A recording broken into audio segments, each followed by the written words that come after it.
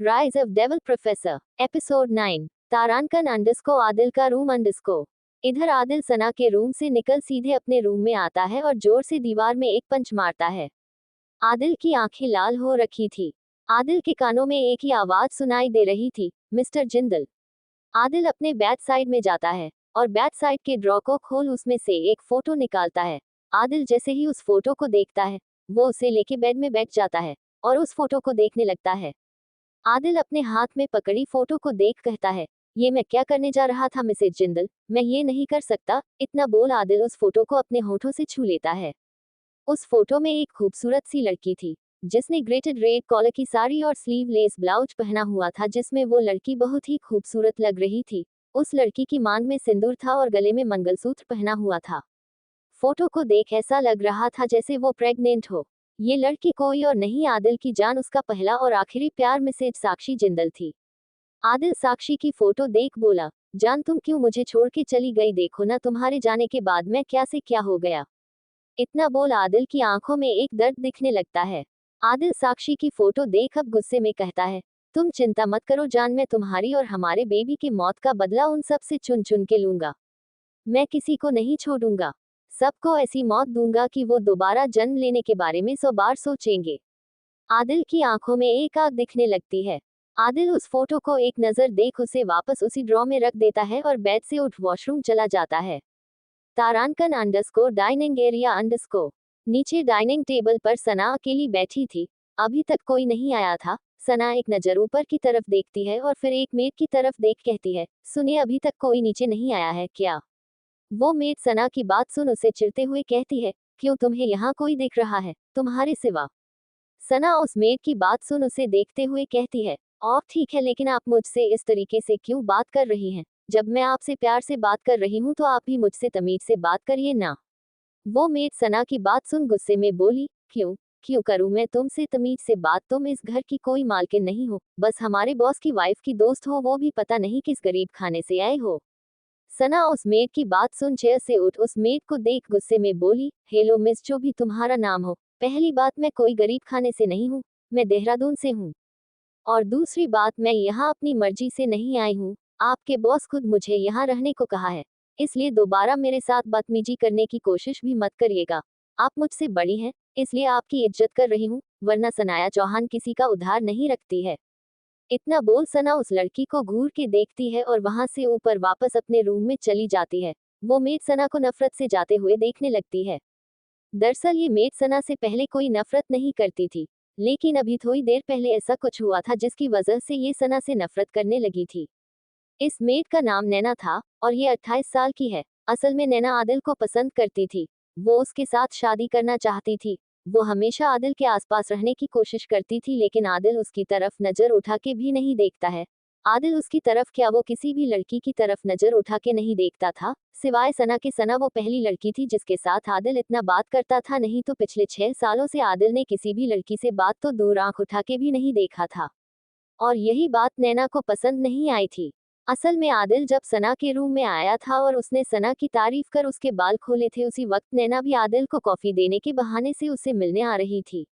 लेकिन जब उसकी नज़र सना के रूम के खुले दरवाजे पर पड़ी तो वो अंदर देखती है। लेकिन जैसे ही उसने अंदर आदिल और सना को इतने पास देखा तो उसके मन में तब से सना के लिए नफरत आ गई थी, क्योंकि उसे इस घर में लगभग 2 साल होने वाले थे और वो रोज आदिल से बात करने के बहाने ढूंढती थी। लेकिन मजाल है जो आदिल उसे कुछ कहता हो। लेकिन आदिल का सना के साथ बात करना, उन दोनों को इतने पास देखने से नैना के तन बदन में आग लग जाती है, इसलिए वो सना के साथ ऐसे बात कर रही थी। सना अपने रूम की तरफ जाते हुए खुद से बोली, अजीब लोग रखे हैं सर ने घर में, बिना बात का बस चढ़ते रहते हैं। अरे मैंने क्या चुरा लिया था उसका जो वो मुझसे इस तरह से बात कर रही थी। यहाँ सब बहुत अजीब हैं, बेचारी मेरी चाह पता नहीं कहाँ फंस गई है। मन तो कर रहा यहाँ से चली जाऊं, लेकिन मैं तो यहाँ चाहत को अकेला छोड़ के जा भी नहीं सकती हूँ। सना बड़बड़ाते हुए आगे जा रही थी, तभी वो अचानक किसी से टकरा जाती है। सना अपने सिर में हाथ रख बोली, अब पता नहीं इस खंबे को यहाँ बीच रास्ते में किसने लगा दिया। सना अपने सिर में हाथ रख साइड से निकल अपने रूम में जाने लगती है कि तभी कोई उसका हाथ लेता है और कहता है, मैं तुम्हें खंभा दिखता हूँ। सना किसी के हाथ पकड़ने से और आवाज सुन पीछे मुड़ के देखती है तो उसकी आंखें बड़ी हो जाती है। तारानकन अंडस्को देवांश का रूम अंडस्को। चाहत बाथ लेके वॉशरूम से बाहर आती है। देवांश वॉशरूम का डोर खुलने की आवाज सुन वॉशरूम की तरफ देखता है। वो जैसे ही चाहत को देखता है तो देखता रह जाता है। चाहत ने आज भी देवांश की शर्ट पहनी हुई थी, लेकिन ये शर्ट उसकी कल वाली शर्ट से थोड़ी छोटी थी, जो चाहत के घुटनों से थोड़ा ऊपर तक की थी, जिस वजह से चाहत उस शर्ट को बार बार नीचे खींच रही थी। देवांश चाहत को ऊपर से लेके नीचे तक देखता है तो एक पल के लिए उसकी सांस रुक जाती है। चाहत ने अपना सिर झुकाया हुआ था, उसे बहुत ही ज्यादा अनकंफर्टेबल लग रहा था, क्योंकि उसे महसूस हो रहा था कि देवांश उसे ही देख रहा है। देवांश अपने कदम चाहत की तरफ बढ़ाने लगता है, जिससे चाहत की सांसें तेज होने लगती है। चाहत देवांश की पैरों की आवाज अपनी तरफ आते सुन अपनी शर्ट को कस के पकड़ लेती है। देवांश चाहत के पास आ उसे देखने लगता है। चाहत तो अपना सिर उठाने की हिम्मत तक नहीं करती है। उसे बहुत अजीब लग रहा था। उसका दिल देवांश को अपने पास देख तेजी से धड़कने लगता है। देवांश कुछ देर तक चाहत को ऐसे ही देखता रहता है और फिर चाहत का हाथ पकड़ वो चाहत को अपने पास खींचता है, जिससे चाहत और ज्यादा डर जाती है और उसकी नजर अचानक देवांश से मिलती है। देवांश चाहत की आंखों में शर्म, डर और बेचैनी देख कहता है, रिलैक्स, डरो मत, कुछ नहीं कर रहा। लो, मैंने फिलहाल के लिए तुम्हारे लिए एक जोड़ी कपड़े मंगाए हैं, तुम इन्हें पहन लो, क्योंकि तुम मेरी शर्ट पहन के शॉपिंग में तो नहीं जा सकती हो, इसलिए तुम अभी के लिए ये पहन लो, फिर अपनी पसंद का ले लेना जो तुम्हें अच्छे लगे। देवांश चाहत के हाथ में एक बैग देते हुए कहता है। चाहत देवांश के हाथ से बैग ले हाँ में अपना सिर हिला देती है। देवांश चाहत से दूर हो जाता है तो चाहत एक नजर देवांश को देख लो गेट रूम की तरफ जाने लगती है। देवांश चाहत को जाता देख एकदम से कहता है, स्नोवी। चाहत पीछे मुड़ अचानक कहती है, हाँ। देवांश चाहत की हाँ सुन उसे देखने लगता है। चाहत देवांश को देख कहती है, आपने अभी कुछ कहा क्या? देवांश चाहत को गौर से देखते हुए बोला, तुमने कभी स्नोवी शब्द सुना है? चाहत देवांश की बात सुन सोचने लगती है और फिर कंफ्यूज होके कहती है, नहीं, लेकिन क्यों? देवांश चाहत के कंफ्यूज फेस को देख फिर से बोला, वंश कौन है? चाहत देवांश की बात सुन उसे सवालिया नजरों से देखते हुए बोली, वंश? कौन वंश? और आप मुझे क्यों इसके बारे में पूछ रहे हैं? देवांश ना में अपना सिर हिला के बोला, पता नहीं, मैं भी नहीं जानता हूँ, वो तुम रात को वंश का नाम ले रही थी। चाहत हैरान होके बोली, लेकिन मैं क्यों वंश का नाम लूंगी? मुझे पता ही नहीं है वो है कौन, आपने शायद गलत सुना होगा। देवांश ना में अपना सिर हिला के बोला, नहीं, मैंने कुछ गलत नहीं सुना, तुम उसी का नाम ले रही थी और बार बार कह रही थी कि आप मुझे लेने नहीं आए, आप झूठे हैं, सबकी तरफ झूठ बोलते हैं, और पता नहीं क्या क्या कह रही थी। चाहत देवांश को हैरान होके देखने लगती है। उसे समझ में नहीं आता वो सच में क्या ऐसा कुछ बोल रही थी, लेकिन उसे क्यों याद नहीं है। चाहत अपने दिमाग में जोर देने लगती है, लेकिन उसे कुछ भी याद नहीं आता है। देवांश चाहत को दिमाग में जोर देता देख बोला, मजाक कर रहा था, तुमने ऐसा कुछ नहीं कहा था। चाहत देवांश की बात सुन उसे हैरान होके देखने लगती है। वो देवांश को देख बोली, क्या आप मजाक कर रहे थे? सीरियसली? आप जानते भी हैं मैं कितना सोचने लगी थी, मुझे लगा कि मैंने सच में कहा है, आप कितने गंदे हैं। देवांश चाहत की बात सुन बोला, मेरा मन किया मजाक करने का, इसलिए किया, अब जल्दी जाओ और चेंज करके आओ। चाहत देवांश को आंखें फाकड़े देखने लगती है। देवांश चाहत को अब इग्नोर कर वॉशरूम की तरफ चला जाता है। चाहत देवांश को जाता देख मुंह बना लेती है और खुद से बोली, मन किया से क्या मतलब था इनका, इनका मन करेगा तो ये किसी भी लड़के का नाम लेके कुछ भी कहेंगे क्या, डेविल। इतना बोल चाहत क्लोजेट की तरफ चली जाती है। इधर वॉशरूम में देवांश शॉवर के नीचे खड़े हो वॉल में अपना एक हाथ रख कुछ सोचने लगता है। Small diamond, small diamond, small diamond, small diamond, small diamond, small diamond, small diamond, small diamond, small diamond, small diamond, small diamond, small diamond, small diamond, small diamond। इधर सना जैसे ही उसे देखती है, वो कोई और नहीं आदिल था जो उसे अपनी आंखें छोटी करके देख रहा था। सना आदिल को देख कहती है, हाँ तो आप खंभे की तरफ बीच रास्ते में खड़े रहेंगे तो सब आपको खंभा ही समझेंगे। आदिल सना को अपनी आंखें छोटी करते हुए बोला, तो तुम्हें किसने कहा तुम अंधों की तरह बड़बड़ाते हुए चलो, देख के नहीं जा सकती हो। सना आदिल को घूरने लगती है तो आदिल भी सना को बुरी तरीके से घूरने लगता है। इधर सना जैसे ही उसे देखती है, वो कोई और नहीं आदिल था जो उसे अपनी आंखें छोटी करके देख रहा था। सना आदिल को देख कहती है, हाँ तो आप खंभे की तरफ बीच रास्ते में खड़े रहेंगे तो सब आपको खंभा ही समझेंगे। आदिल सना को अपनी आंखें छोटी करते हुए बोला, तो तुम्हें किसने कहा तुम अंधों की तरह बड़बड़ाते हुए चलो, देख के नहीं जा सकती हो। सना आदिल को घूरने लगती है तो आदिल भी सना को बुरी तरीके से घूरने लगता है। सना आदिल अभी एक दूसरे के साथ लड़ ही रहे थे कि इतने देवांश और चाहत भी रूम से बाहर आ जाते हैं। वो लोग नीचे जाने लगते हैं कि तभी उन्हें आदिल और सना की लड़ने की आवाज सुनाई देने लगती है।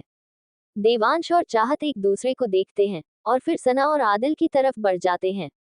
इधर सना आदिल की तरफ उंगली करते हुए कहती है, आपने अंधा किसे कहा? हाँ। आदिल भी सना की उंगली पकड़ते हुए कहता, तुम्हें कहा।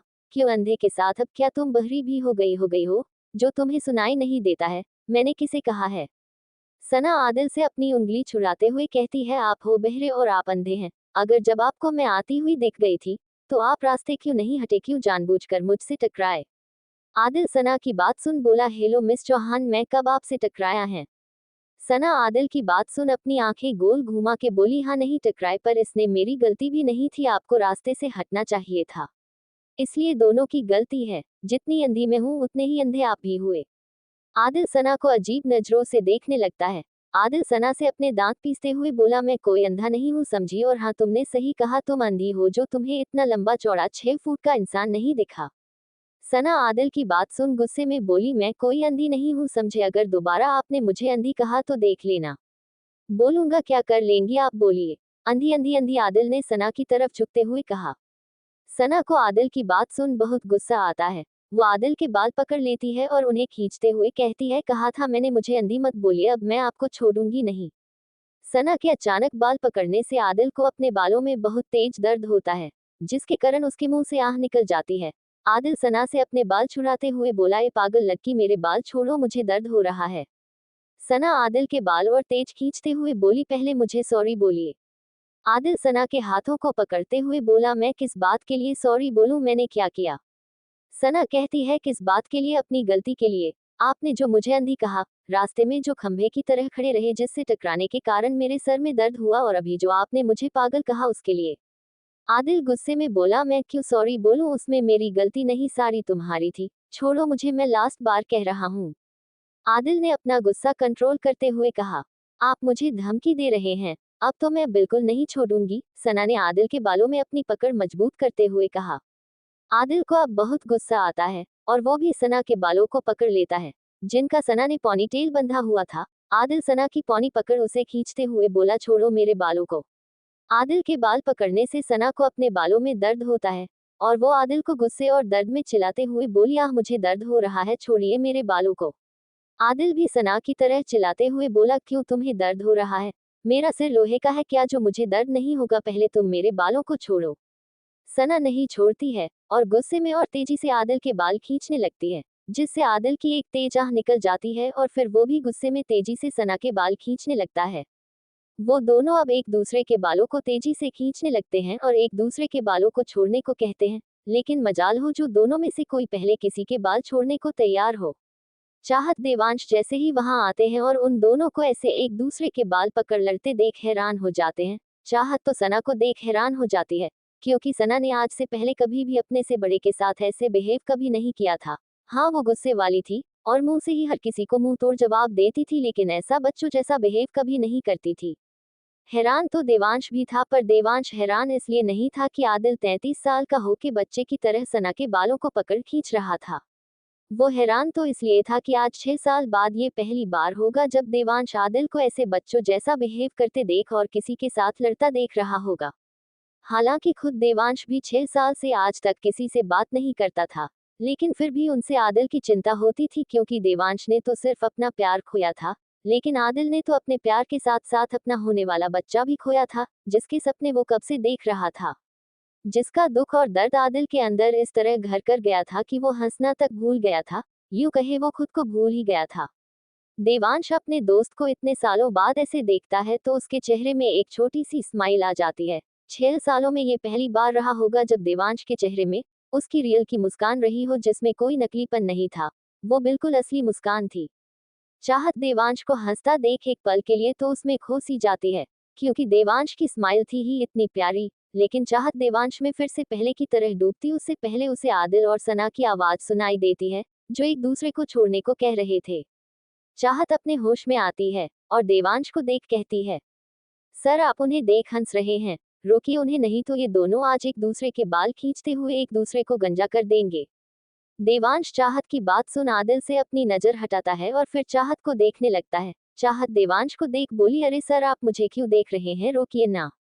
देवांश चाहत की बात सुन सना और आदिल को देख अपनी कठोर आवाज में बोला, ये सब क्या हो रहा है यहाँ। सना और आदिल के कानों में जैसे ही देवांश की इतनी कठोर आवाज पड़ती है तो वो दोनों झट से एक दूसरे के बाल छोड़ देते हैं और सीधा खड़ा हो देवांश को देखने कहते हैं।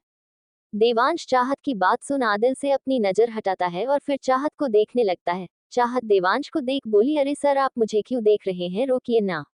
देवांश चाहत की बात सुन सना और आदिल को देख अपनी कठोर आवाज में बोला, ये सब क्या हो रहा है यहाँ।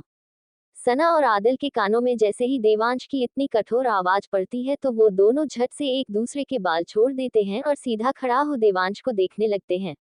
देवांश सना और आदिल को घूरने लगता है और आदिल सना अपना सिर झुका किसी बच्चे की तरह खड़े थे। देवांश आदिल को देखते हुए कहता है, आदि ये सब क्या हो रहा था यहाँ।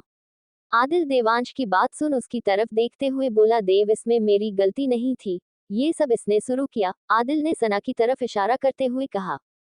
सना आदिल की बात सुन उसे घूरते हुए बोली, मैंने कब स्टार्ट किया, सब आपने किया, मुझ पर इल्जाम मत लगाए। आदिल सना को घूर के देखते हुए बोला, मैंने किया, मेरे बालों को पहले किसने पकड़ा। सना भी उसे घूरते हुए बोली, हाँ तो मुझे अंधा किसने कहा था। आदिल भी बोला, हाँ तो अंधों की तरह चलोगी तो अंधा ही कहेंगे ना। सना भी उसको देख बोली, आपको किसने कहा था बीच रास्ते में खड़े होने को। आदिल सना की तरफ उंगली करके बोला, मैं कोई बीच रास्ते में खड़ा नहीं था, समझी, देख के चलती तो तुम्हें दिखता मैं बीच रास्ते में था या साइड में। चाहत दोनों को फिर से लड़ता देख उन्हें रोक हुए बोली, अरे चुप हो जाओ तुम दोनों, फिर से लड़ने लगे हो, तुम दोनों बच्चे हो क्या जो ऐसे बच्चों की तरह लड़ रहे हो। आदिल चाहत की बात सुन बोला, हाँ चाहत तुमने सही कहा, ये बच्ची है, बस शरीर से बड़ी हुई है, दिमाग से अभी 5 साल की बच्ची है। सना आदिल की बात सुन उसे कुछ कहती उससे पहले ही देवांश आदिल को घूरते हुए बोला, हाँ वो बच्ची ही है अभी, लेकिन तुम तो बड़े हो ना आदि, तुम क्यों बच्चों जैसी हरकत कर रहे थे।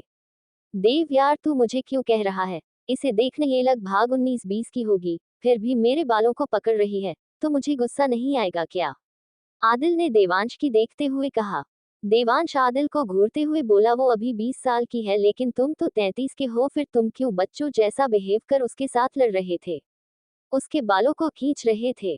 सना चाहत जैसे ही आदिल की एज सुनती है दोनों की आंखें बड़ी हो जाती है। सना आदिल को देख शॉक्ड होके बोली, आप 33 साल के हैं सच में। चाहत भी वैसे ही हैरान होके बोली, क्या सच में आप इतने बड़े हैं। आदिल उन दोनों की बात सुन बोला, हाँ मैं 33 का हूँ तो। चाहत बोली, नहीं आप लगते नहीं हैं, आपको देखकर लगता है जैसे आप अभी 25-26 के होंगे। सना चाहत की बात सुनकर बोली, लेकिन चाहिए है नहीं, मैं तो इन्हें सर बोलती थी लेकिन ये तो अंकल निकले, और हंसने लगती है। आदिल सना के मुंह से खुद के लिए अंकल सुन और उसे हंसता देख उसे गुस्से में घूरते हुए बोला, शट अप, तुमने अंकल किसे कहा आपको, सना ने तपाक से बोला। आदिल सना को घूरते हुए बोला, तमीज से बोलो, समझी, मैं सिर्फ 33 का हूँ, कोई 53 का नहीं जो तुम मुझे अंकल कह रही हो। सना आदिल की बात सुनकर बोली, हाँ 33 के हो या 53 के हो तो हमसे 13 साल बड़े ना, तो मेरे लिए तो आप अंकल ही हुए। आदिल सना की बात सुन गुस्से में बोला, अच्छा अगर मैं अंकल हूँ तो तुम्हारी दोस्त का पति भी अंकल ही हुआ ना, वो भी कोई 23 साल का नहीं है, वो भी 33 का है, अब उसे भी तुम अंकल कहोगी क्या। चाहत और सना को आदिल की बात सुन एक बड़ा सा झटका लगता है। चाहत तो शॉक के मारे अपनी जगह में जम सी जाती है। चाहत को आज तक इस बारे में पता ही नहीं था कि देवांश की उम्र इतनी होगी, उसने तो ये सपने में भी कभी नहीं सोचा था, सोचा तो सना ने भी नहीं रहा था। उन दोनों को अपने कानों में यकीन नहीं होता, उन दोनों अभी जो सुना वो सच था। देवांश आदिल को घूरने लगता है और आदिल देवांश को टेडी स्माइल करके देखने लगता है, जैसे कह रहा हो, अगर मैं बुढ़ा हूं तो तुम भी बुढ़े हो। सना और चाहत देवांश को देखने लगते हैं। देवांश चाहत की नजर खुद पर देख वहां से जाते हुए बोला, मैं नीचे कर में वेट कर रहा हूँ, जल्दी आ जाना।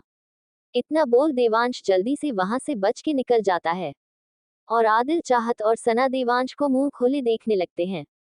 आदिल सना की देखते हुए बोला, अब ऐसे हैरान हो के खड़े मत रहो और जल्दी चलो, नहीं तो तुम्हारा अंकल जीजू अकेले ही चले जाएंगे शॉपिंग में। चाहत जैसे ही आदिल की बात सुनती है तो वो आदिल को घूरते हुए कहती है, आपने बुढ़ा किसे कहा।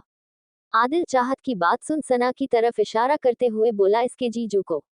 चाहत आदिल को घूरने लगती है। आदिल चाहत को देख बोला, तुम मुझे क्यों घूर रही हो, अपनी दोस्त को घूरो, क्योंकि हमें बुढ़ा बोलने वाली यही थी। सना आदिल की बात सुन उसे देखते हुए बोली, हेलो मिस्टर जिंदल, मैंने देवांश सर को कोई बुढ़ा नहीं कहा था, मैं सिर्फ आपको बुढ़ा बोला था।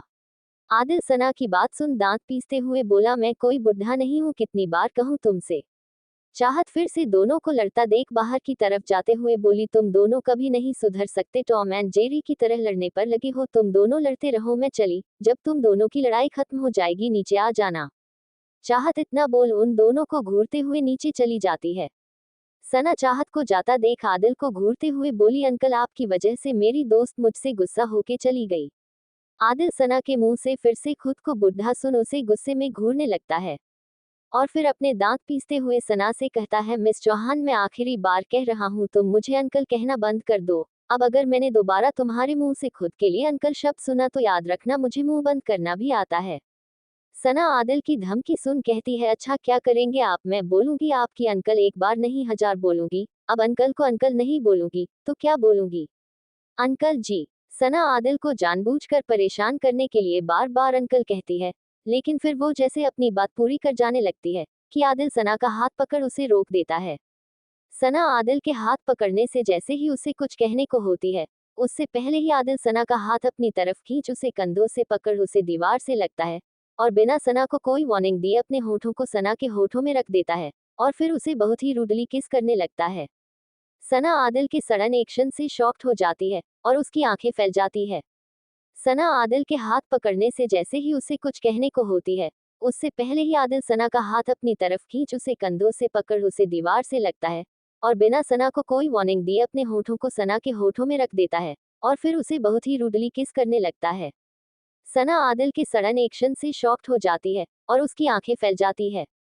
आदिल जैसे ही सना के होठों में गुस्से में किस करता है, वैसे ही सना ब्लैंक हो जाती है, उसका पूरा शरीर बर्फ की तरफ जम जाता है।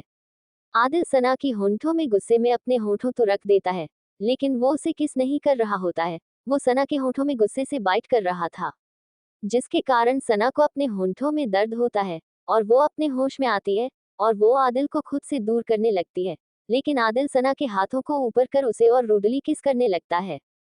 सना खुद को छुड़ाने की बहुत कोशिश करती है, लेकिन उसने नहीं होता है। सना की आंखों से अब आंसू निकलने लगते हैं, वो आदिल को खुद से दूर करने की लाख कोशिश कर रही थी, लेकिन आदिल था कि उससे दूर नहीं हो रहा था। आदिल पहले तो सना को रूढ़ होके किस कर रहा था, लेकिन फिर धीरे धीरे वो सना के होठों में किस करते हुए इतना खो जाता है कि वो सना के होठों को प्यार से सक करने लगता है। आदिल को पता ही नहीं चलता कि कब उसका गुस्सा सना के होठों को हट करते हुए प्यार में बदल जाता है और वो अब तक जितना रूढ़ होके सना को किस कर रहा था, वो अब उतने ही प्यार से अब सना के होठों को चूम रहा था। आदिल सना के होठों में किस करने में इतना खो गया था कि उसे एहसास ही नहीं होता है कि वो क्या कर रहा है। उसे एहसास तब होता है जब आदिल को अपने मुंह में नमकीन सा टेस्ट लगता है, जिससे आदिल सना के होठों को छोड़ देता है और फिर सना को देखने लगता है, जिसके आंखों में बेहिसाब आंसू थे, जिसे देख आदिल को एहसास होता है उसने अभी अभी क्या किया। आदिल हैरान हो के सना को देखने लगता है।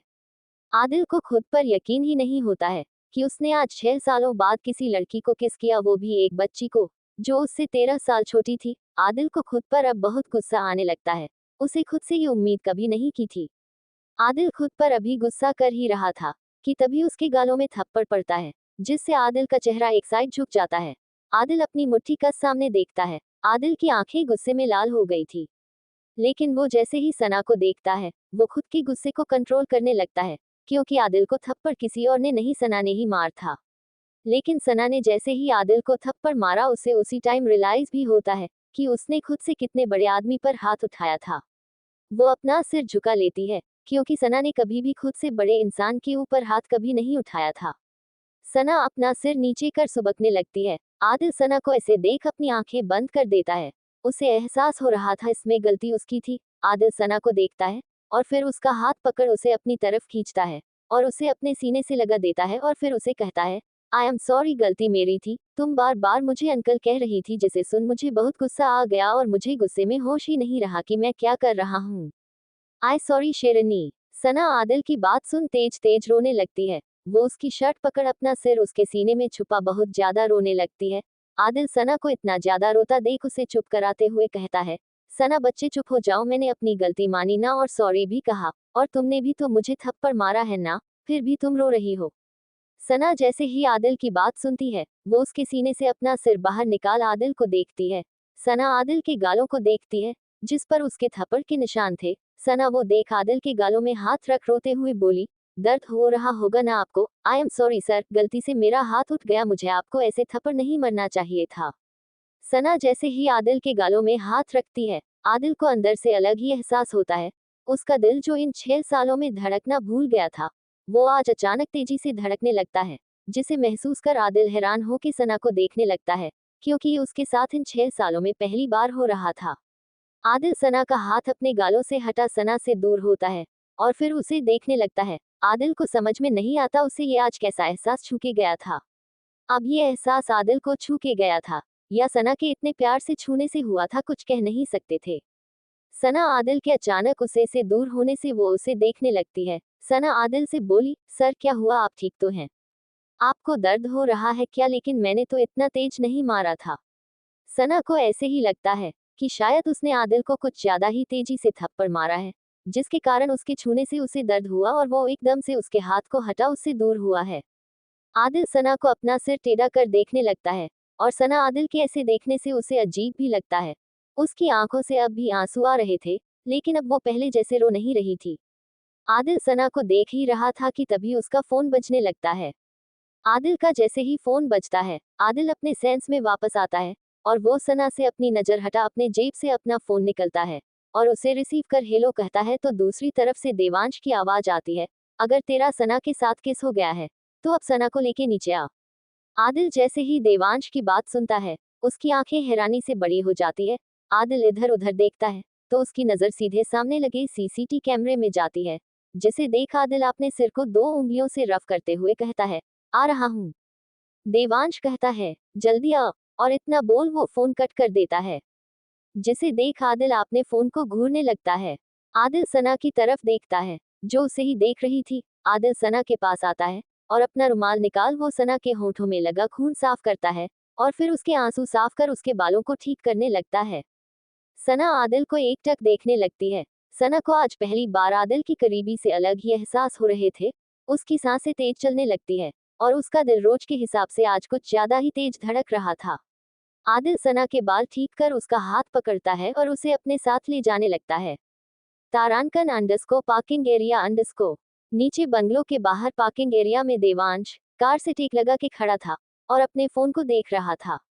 और उसके बगल में चाहत खड़ी थी, जो जब से आई थी बस तब से देवांश को देख रही थी, जिसका एहसास देवांश को भी था। देवांश पहले तो उसके देखने से उसे इग्नोर करता है, लेकिन जब उसे उसकी नजरों की तपिश बर्दाश्त नहीं होती है, तो देवांश चाहत का हाथ पकड़ उसे अपने पास खींचता है और फिर उसे देखने लगता है।